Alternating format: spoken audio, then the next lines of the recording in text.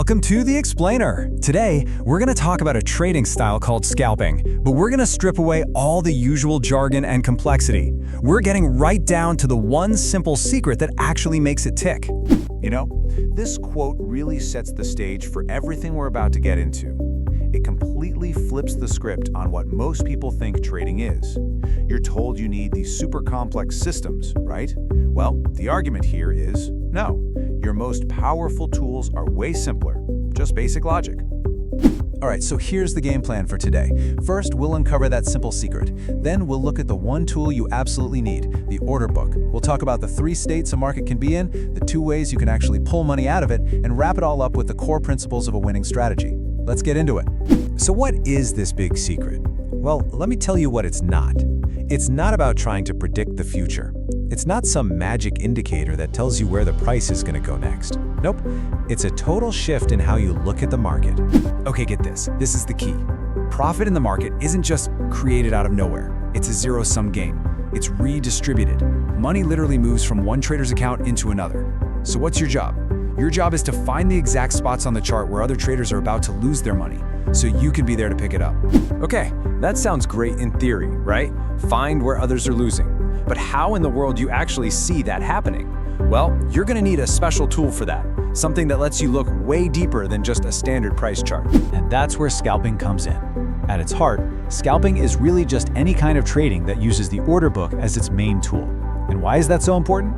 Because the order book is the only place you can get a real-time peek under the hood to see the raw supply and demand playing out second by second. And when you look at the order book, you start to see this really interesting dynamic. It's filled with what we call limit orders. Those are the visible walls of people waiting to buy or sell at a certain price. But here's the paradox. Those visible orders don't actually move the price. What does move the price? It's the aggressive, invisible market orders that come in and just smash right through those walls, eating up all that waiting supply or demand. Right, and the size of those walls, that's what traders call liquidity. The order book literally shows you how thick or thin a market is. Think of it like this. If a market is really thick with orders, super liquid, a huge trade can come in and barely make a ripple.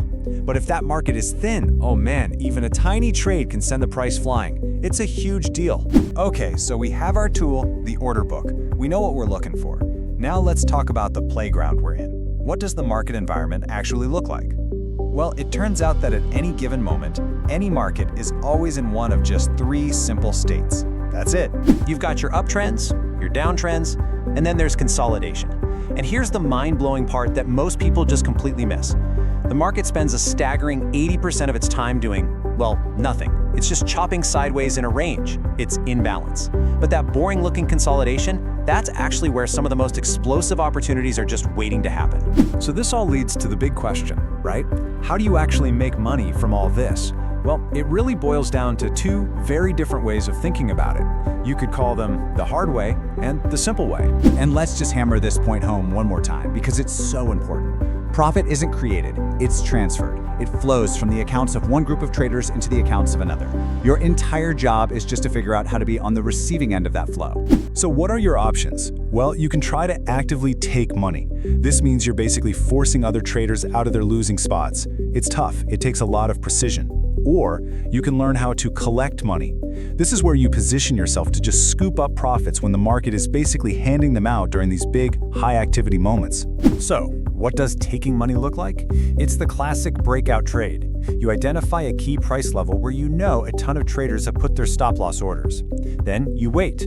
When the price finally smashes through that level, it sets off a chain reaction, a cascade of forced exits. That's the momentum you're jumping on. And yeah, your profit is literally fueled by their losses.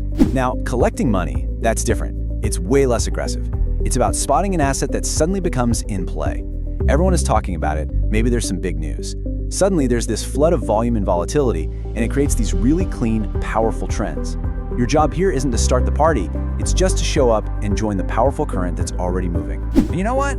This asset in play scenario almost always follows the exact same script. First, the asset is just dead quiet, consolidating, nobody cares. Then, bam, some catalyst hits, news, an earnings report, whatever, and volume just explodes. That explosion kicks off the 3rd and final phase, crazy high volatility and big, fast price moves. That is your golden window.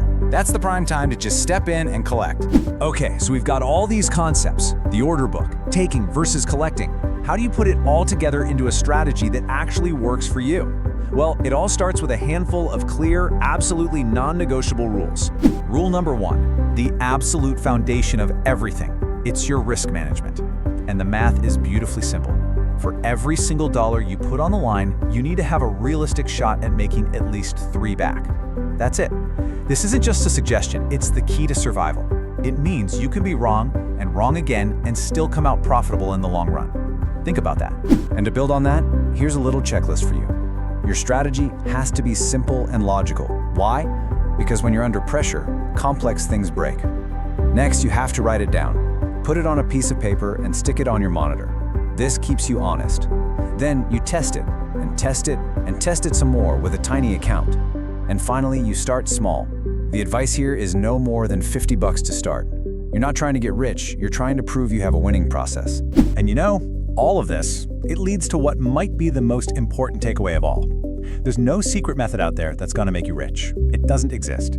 Real, lasting success comes from finding a simple, logical framework, like the one we've just talked about, and then practicing it, mastering it, until executing it becomes as natural as breathing. So, that brings us to the end. And I want to leave you with one final thought, one question to really mull over. After stripping away all the complexity, all the noise, what is the very first simple, logical rule you're going to write down for your own trading journey?